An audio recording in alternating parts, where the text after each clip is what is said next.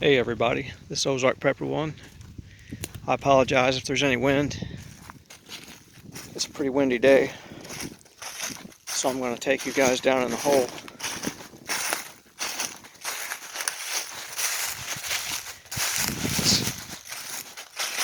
It's about 50 degrees today. And today I want to talk about dropping some more truth bombs. Everything happens for a reason. And most things are planned out well in advance. Nothing is organic anymore.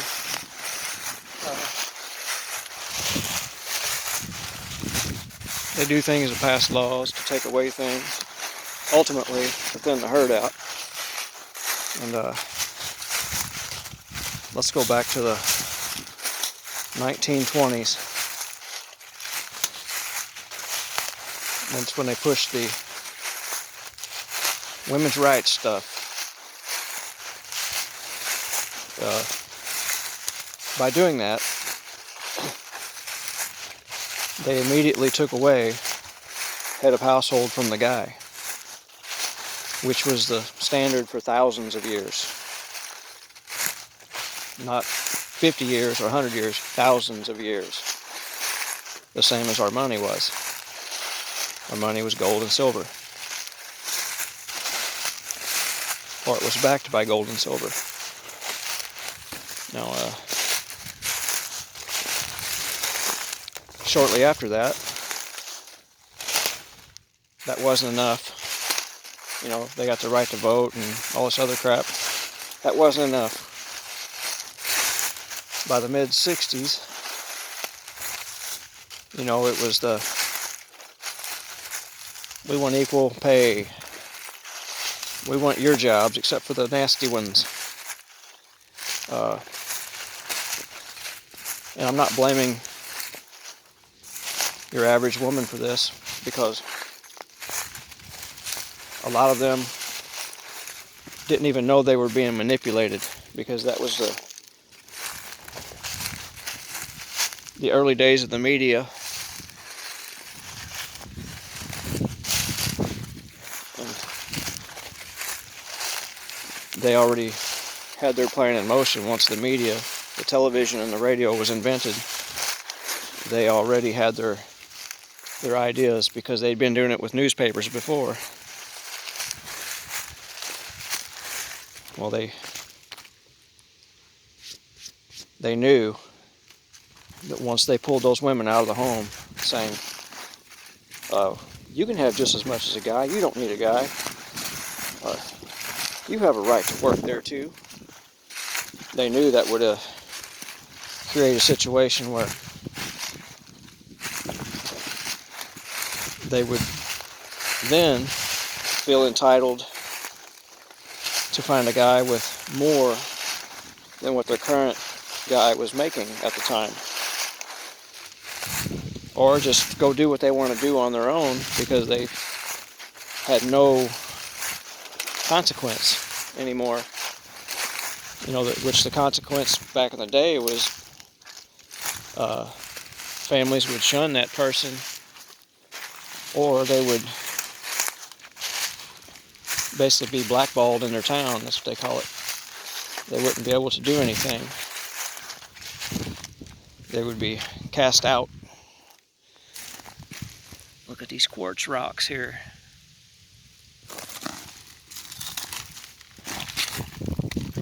I put them in a place where they'll still be here. They're beautiful.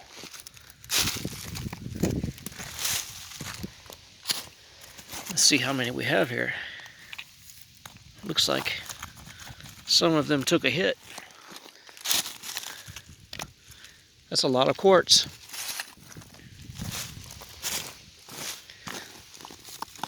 But let's get back on topic now that I cleaned that up.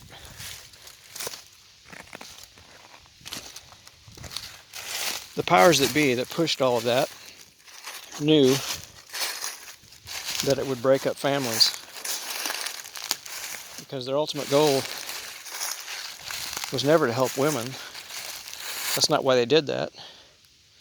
They did it to break up the family so they could push through agendas, lower the population, bring upon their sickness that we see now. These younger generation, which is, again, I don't blame them because they were brainwashed into the life they're living. But we have a culture now of laziness. I know someone who doesn't live very far from me, about 38 years old, hasn't had a job since he was 20, 21. This guy, his wife works.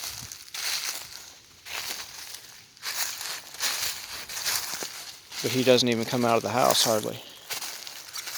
And he's soft. So, you know, when things start getting bad and really tough, guys like him are going to get steamrolled over. There's going to be no survival instinct. There's no preparedness. There's no knowledge.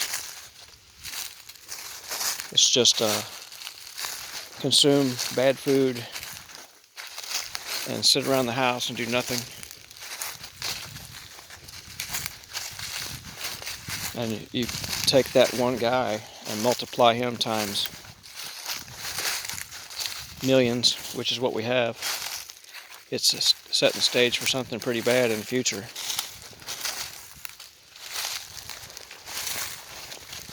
Especially the ones that are in that situation and they raise kids, because then their kids learn from that guy. And they're going to be just as weak.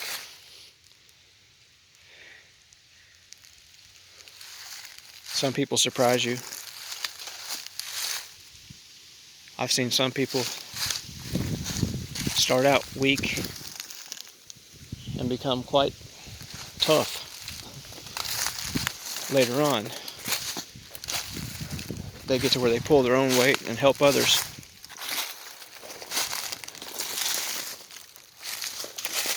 That's those guys you remember from school that were real scrawny and you felt sorry for them. Then when you get out of school and get a little older, they got Arnold Schwarzenegger guns going on.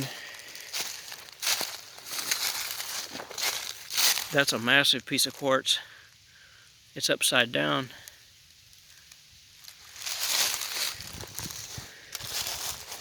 But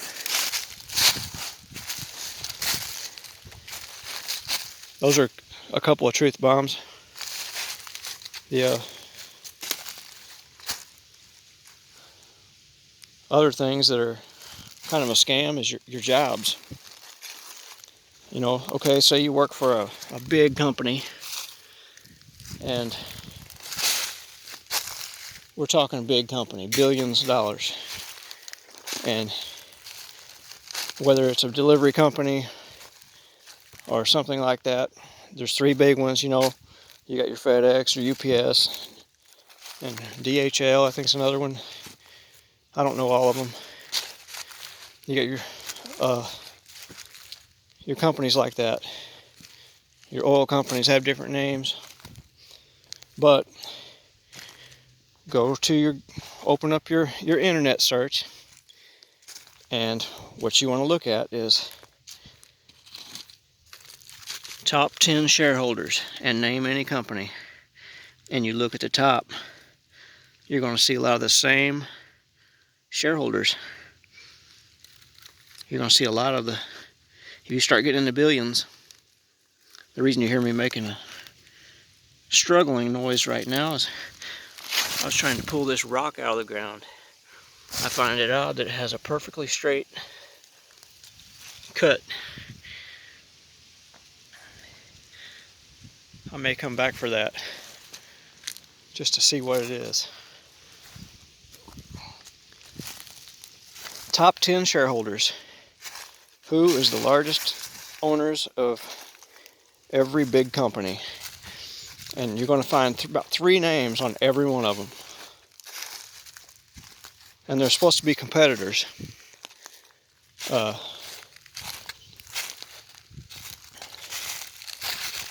You'll find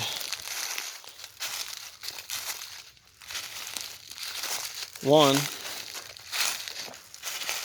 you'll find a Vanguard or a BlackRock, and I don't know a few of the other ones, but you'll see those names on every major big company, and they're the largest shareholder. They're within the top 10, right? So how does that not violate monopoly laws when you own everything? You're not supposed to own everything. There's a reason we put those monopoly laws in place back in whenever they did it. But that explains why if you are in a position at your job and you're being treated tyrannical and you complain or say anything, they'll look at you and say, well, if you don't like to work here, why don't you just go somewhere else? It's because they know they own the other place too. And they also, let's say you were fired from a company. I think a lot of people's experience that is where you get fired and then you're looking for a job, right? Well,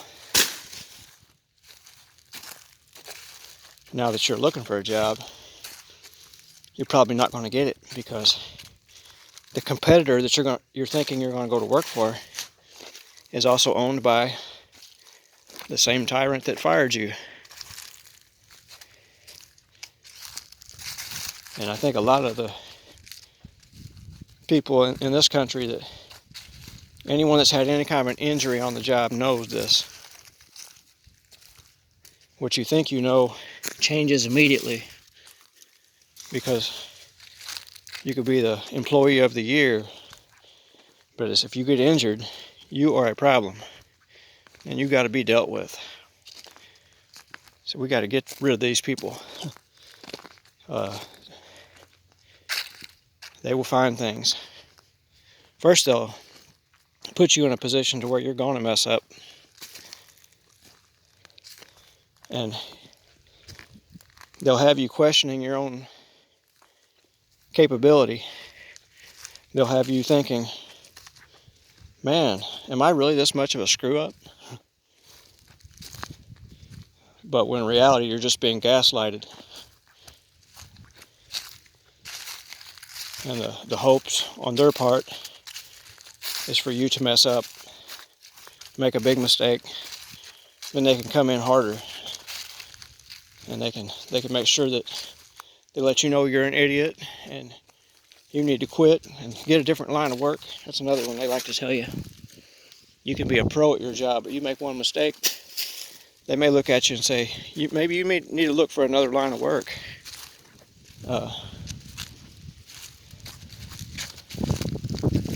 I spoke with several different people about this topic. You know, back in the day, when the internet was a little more free, the chat rooms, you could jump right into a work-related chat and they tell you everything, because everything was anonymous. But all the stories started to match up. There's some kind of a critter. Lost a bunch of fur right there.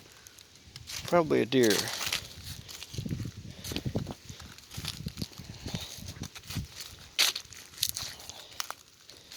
So if you are in a job and you think that nothing can go wrong, you're a good employee, that all these other people are just goof-offs, that's why they're in the situation they're in, it'd be wise to start saving your money, and not even save money, because money is not really an asset. Money is actually a liability. an asset is an asset. So you need to convert your money into something that's valuable. It's going to hold value and multiply in value. And you need to take, I don't know, take inventory of what you have and get rid of what you don't need and what's not going to benefit you.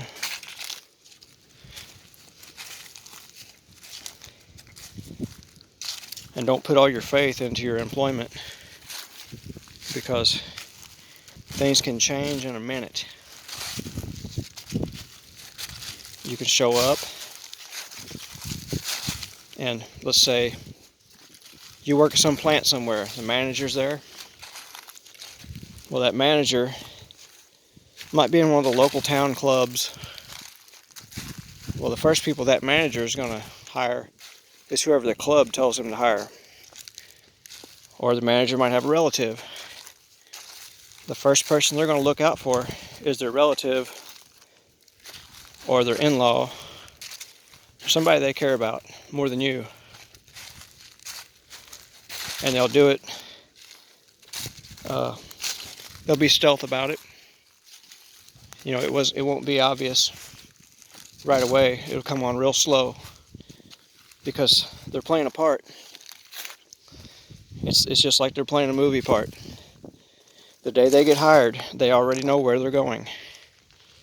They know what position they're going to have in the company. The day they get hired, before they get hired, they've already drank some beer and hang out at the club and or the family reunion, and they talked about what they're going to do. Might even be the manager's neighbor. And what will happen is they will get rid of you and they will slowly move that person into your position. I watched it happen. And I never said anything in the situation I was in because, to be honest, the person that took my place was a good person to me. I mean, a friend, you know. And I don't know if he was aware of that, of who he'd be replacing, because that person spoke up for me after I was gone. Or you could look at it again, that person could have been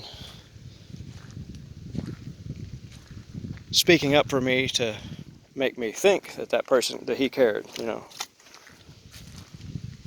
so I wouldn't be on their trail. What that place didn't count on was me not caring, you know, because I had other options. But that's the truth of how things work in these companies. They don't want to keep you too long because back in, you know, from the 1950s till, you know, 20 years ago, people worked their entire adult life at a job that they applied at when they were 18.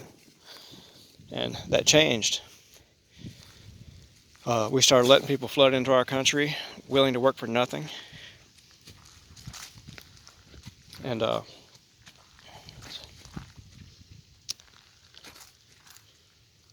they started looking at the numbers and they said, wow, if we keep part of this place with a revolving door, we don't have to pay all of these benefits. You know, and all the companies started their little 30-day probation periods and 90-day probation periods, 120-day probation periods. Then they start their little punishment systems to where, oh, you're wrote up. That's a write-up. If you get 3 write-ups, then you get suspended a day or 2, or any more than that, you get fired. You know, and they'll still hire them back after they fire them because they know their benefits restart. You know, they still have, then once they fire a person, then they offer them their job back a little while down the road because they know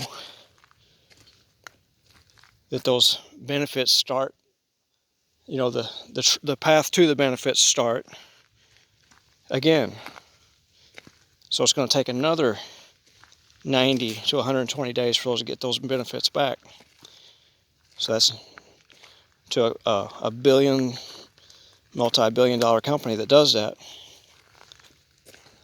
That is major savings when you're doing that all the way across the country.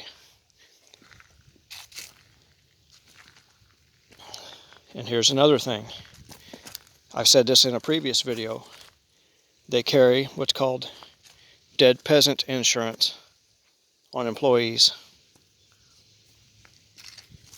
And they carry insurance for when things get destroyed by a retard.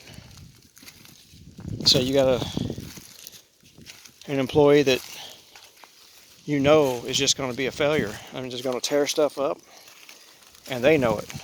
They keep that guy there over and over, and they keep writing insurance claim after insurance claim until the insurance company demands they fire that person.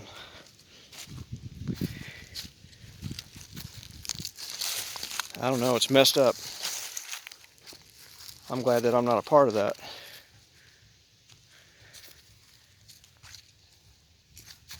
Because what I noticed working for the corporate billion-dollar companies is the workload kept increasing, and they would give you the illusion of your pay increasing. The pay never passed up inflation, never kept up with inflation, but the workload tripled. So basically, you get one guy doing the work of three, and then you get your entire workforce, one guy doing the work of three. Their profits went through the roof. You know, I'm a conservative person, but when it comes to these multi-shareholder companies,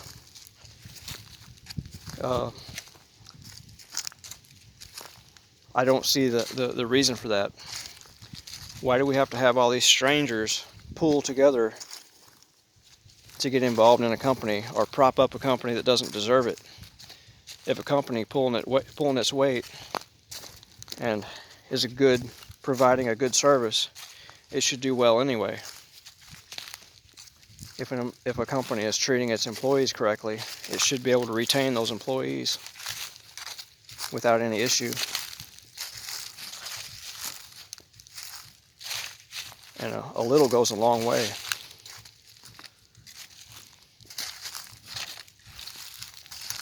I've paid people before, and in my own mind I thought, man, maybe I underpaid that guy. And then I had that person call me and thank me for overpaying them in their mind.